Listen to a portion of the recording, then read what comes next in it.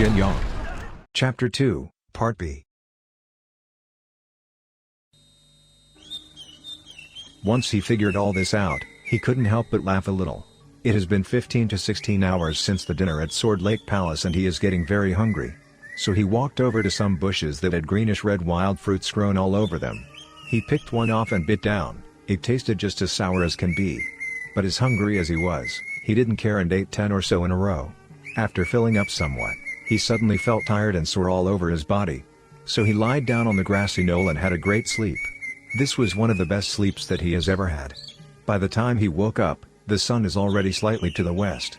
There was a rainbow in the middle of the lake, just as beautiful as can be. Duan knew that rainbows in this place is common because of the waterfall, so he thought to himself, to be able to see such a scene before I die means that my fortune is not bad. And to think that I would die here among the flowers on the lakeside, not bad elegance there either. Such a beautiful lake, too bad the camellias aren't really of great standards. After sleeping, his spirits has picked up greatly. Maybe there is an exit in this place hidden behind the trees and the bushes. I was too much in a hurry last night and might have missed it. So he once again walked alongside the lake in search of an exit, all the while humming favorite tunes of his. He carefully searched everywhere with the greatest care, but behind all the bushes and trees were still just faces of the cliff, going straight up into the clouds. He didn't even find a snake hole, not to mention a real exit. The tunes that he was humming got quieter and quieter while the heart became heavier and heavier. When he got back to where he fell asleep, his legs felt weak and he had to sit down. He thought, Miss Zhang tried to save me, but ended up giving her life away as well. Now that he is thinking about Zhongling, he took out her shoes from his shirt and looked them over. Remembering back to her small and smooth feet as well as her beautiful face, he had to bring the shoes up to his lips and kiss it several times. Putting the shoes back into his shirt, he thought to himself, seems like I don't have a chance, and that means neither does Miss Zhang. If she was here and the two of us can spend what's left of our lives together here on the shore of this lake, that would be great. Too bad she is with that goat-beard Si Kong Xuan, no fun there. I wonder if she's thinking about me right now as well? Nothing to do, so he went over to the fruit trees to eat more fruits. Suddenly, he realized, I have searched everywhere but here. The cliff might pull as far as the edge of the world, but close to be in front of my eyes. He pulled the fruit tree branches aside, but shook his head in disappointment. Behind the tree is another bare rock covered with vines, no exit whatsoever. But a closer look revealed that this rock is smooth to the point that it looks just like a copper mirror, only it is much smaller than the one by the waterfall. Duan suddenly thought to himself, could this be the real no-measure jade cliff? So he pulled some of the vines off the rock. But besides being unusually smooth, there is nothing special about the rock. Suddenly an idea popped in his head, nobody would ever know that I died here. No harm in carving a couple of words on this rock. How about Duan Yu of Dili died at this place? Could be quite fun. So he pulled off all the vines off the rock. Then he took off his robe, dipped it in water in the lake, and wetted the rock. Then he used some grass to brush the rock a bit. By now the rock really does look like a piece of jade. He found a rather sharp rock on the ground and started to carve on the rock. But this rock turned out to be unusually hard. After much work, he barely carved out Duan. But the word was carved shallow and tilted, without the slightest trace of writing technique and skill. Duan threw down the sharp rock and thought to himself, if someone sees this later, they would think that this Duan doesn't even know how to write his own name. If I carve these 8 words, what kind of stinking legacy is that to leave behind? Besides, his wrist was very sore. After it got dark again, he ate some more of the sour fruits and fell asleep. He dreamt that a pair of flowery shoes was flying around in front of his eyes. The shoes were green with yellow flowers, Zhongling's pair. He immediately tried to grab them, but the shoes kept on flying around like a pair of butterflies, he can never seem to catch them. After a while, the shoes flew higher and higher. Duan anxiously shouted, "Shoes! Please don't fly off." This shock woke him up. Finding out that it was all a dream, he rubbed his eyes, felt his shirt to make sure that the pair of shoes are still where they should be, and stood up. He looked up at the full moon. The silvery light shined down onto the lake, making it look like a layer of silver. His eyes followed along the surface of the lake. Suddenly his whole body shook, for on the jade cliff opposite of him was an image of a person. Needless to say, he was surprised beyond belief. Immediately he took a deep breath and shouted, "Angel! Save me! "Angel, save me." The image shook a bit, but did not reply. Duanyu has by now calmed down a little and looked at the image more carefully. The image is very faint and hard to see clearly, but the person is wearing a robe and a scarf, obviously a man. He ran forward several steps to the lake's shore and shouted, "Angel, save me." The image shook somewhat and got bigger. When Duanyu stopped, the image stopped moving as well. After the initial puzzlement, he immediately understood, "It's my own reflection." He jumped to the left. The image on the cliff jumped to the left as well. He took a step right and so did the image. By now there is no doubt in his mind that it is his own image, but he is still puzzled. The moon is on the southwest, how does it manage to shine my image onto the cliff? He turned around, only to see that on the rock which he had carved one earlier in the day there was also an image of him. Only this image is a lot smaller, but much more pronounced. He immediately understood the whole situation, so the moon shines my reflection onto this little rock, which in turn reflects my image onto the big cliff. It is as if I was standing between two mirrors. The big mirror would reflect my image in the small mirror as well.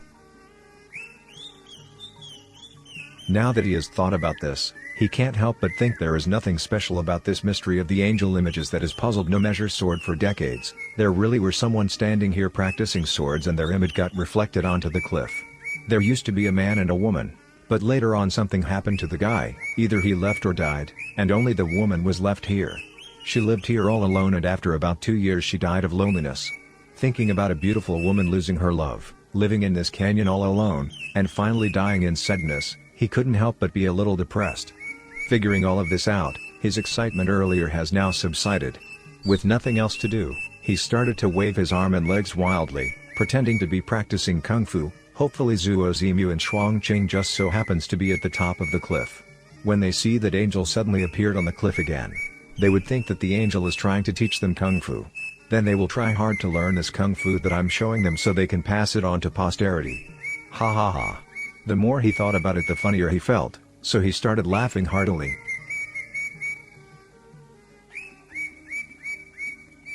Suddenly a thought popped in his head and he stopped laughing. These two people only practice swords in his canyon once in a while. If they don't live here, then there must be a path in and out of here. Else no matter how good their kung fu is, it is still way too much trouble to climb the cliff twice every time they want to practice swords. Maybe once in a long while, certainly not often. A ray of hope appeared to him. I'll go and carefully look for a way out. Didn't Guan Guanghao say, good things come to those with aspirations? He aspires to marry his sister Ge. Then I will aspire to get out of here. So he sat down with his arm around his knees. Looking at the moon reflected in the lake, surrounded by all this quiety serenity, he started thinking, good things come to those with aspirations. That saying is true. But Confucius also said, those who like are better off than those who know. Those who are happy are better off than those who like. That saying fits my style much better. Mom and Dad sometimes call me obsessive because I always get obsessed about stuff when I was little. Like when I was 7, I stared at that 18-scholar camellia plant from dawn to dusk, even sneaking up in the middle of the night to stare at it. All I did was think about it, even while eating and learning. When the flower wilts, I cried for several days straight. Later, when I started to learn Go, it was the same, constantly forgetting about eat and sleep. All day every day, all I did was think about how to play the game. This time Dad told me to learn Kung Fu, just so happens I am interested in the Book of Changes. Even when I'm eating, I would wonder whether the chopsticks I'm using are big halves or colleague. I don't want to learn Kung Fu. Was it really because I don't want to learn how to beat and kill people? Or could it possibly because I don't want to put down Book of Changes? Dad said I was unreasonable. Maybe I really was being very unreasonable. Mom knows how I am the best, so she said to Dad, one day when this kid gets interested in Kung Fu, you can't even force him to stop for a minute to eat. You can lead a horse to water but you can't make him drink. If he doesn't want to learn there is nothing you can do to make him. It is almost impossible to make me aspire to do something.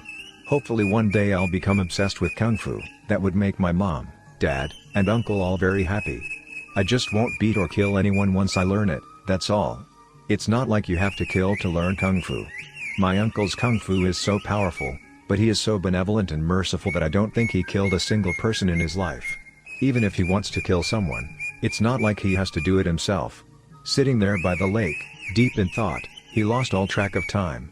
Suddenly, he noticed faint rainbow colors reflecting off of the smooth rock by his side. Looking at it closer, he saw an image of a sword underneath the Dwani carved on the rock. The image of the sword was unusually clear for a reflection. He can clearly make out the handle, hand guard, and sword point. The sword is pointing downwards. The reflection also emits a rainbow-like aura, moving and flashing around. He wondered, why is there extra colors in the reflection?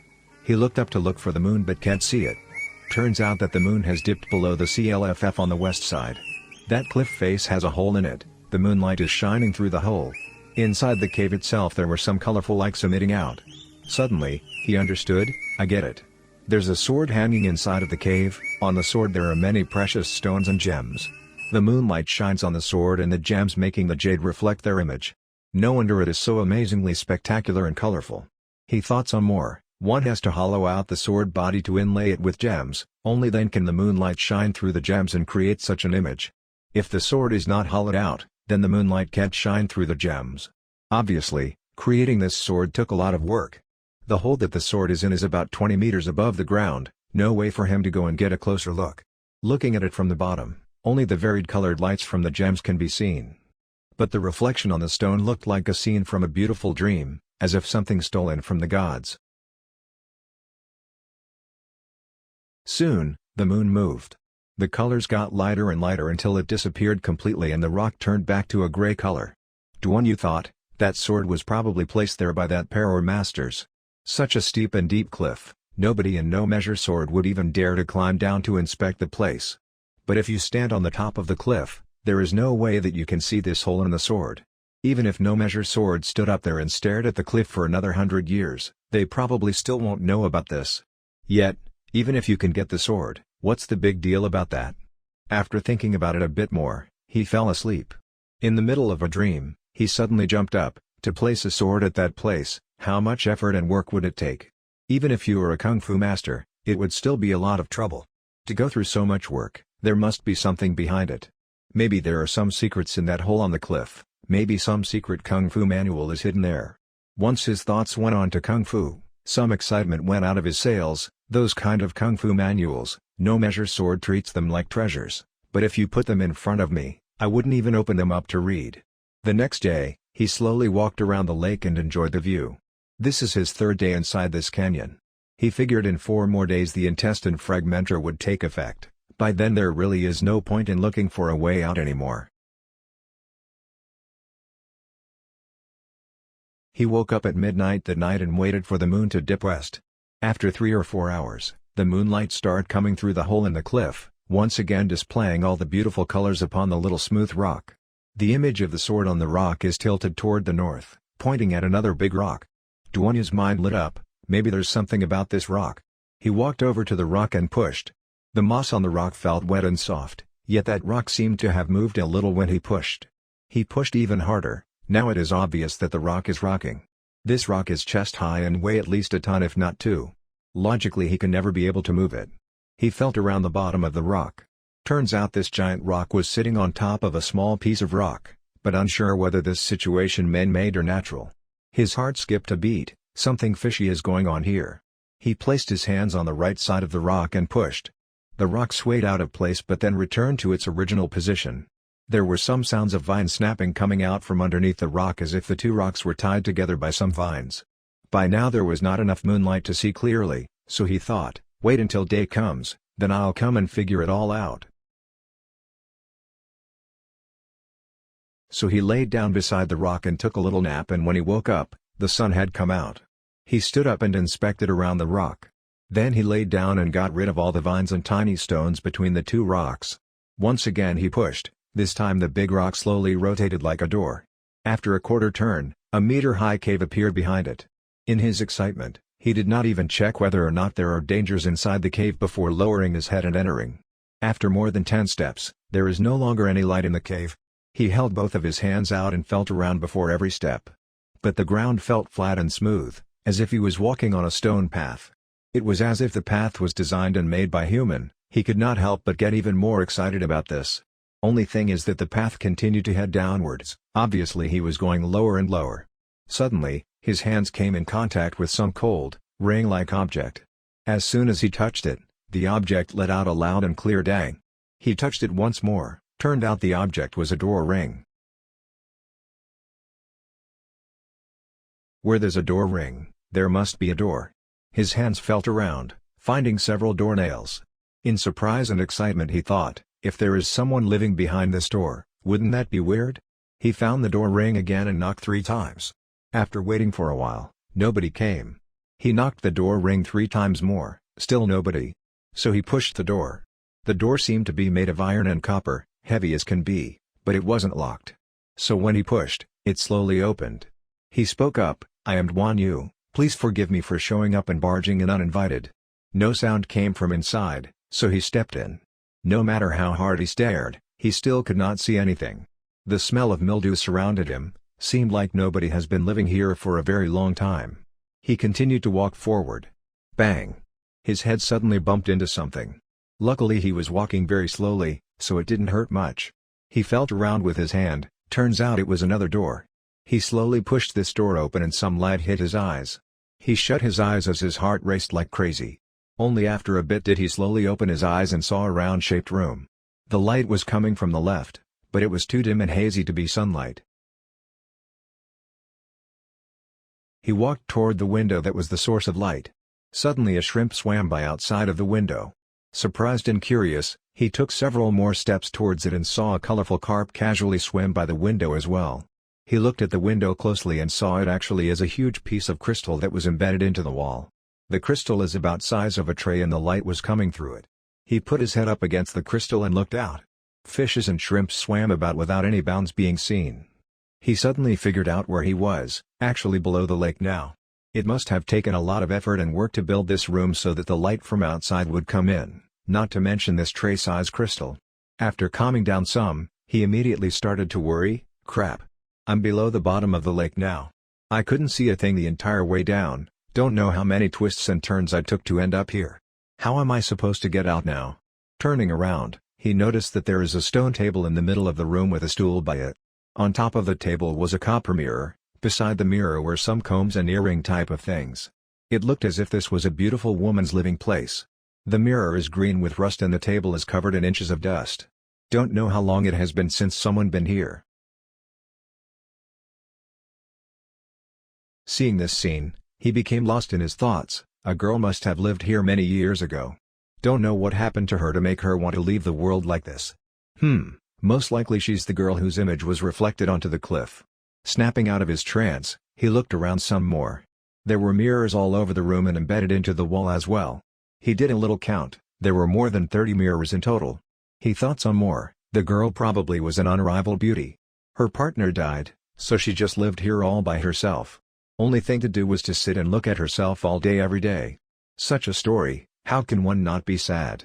Walking around in the room, once in a while he would click his tongue, then other times he would let out a long sigh, only thinking about the former master of this room. After a long while, he suddenly had a thought, hey. I'm so busy thinking about the sadness of the former owner that I forgot about my problems. He started to talk to himself, I, Duan Yu, am a stinking male. If I die in this place, then I could very well offend the beautiful lady. It is best to die outside by the lake. Else if others come here in the future and find my body here and mistake it for the lady's body, then isn't that? Before he thought about what that really is or isn't, he suddenly noticed that a mirror on the east wall was reflecting the light onto what seemed like a crack on the southwest wall. He immediately ran over and pushed hard on that piece of rock. As expected, it really was a door. As it slowly opened, it revealed an entrance. Looking into the entrance, he saw another flight of stone stairs.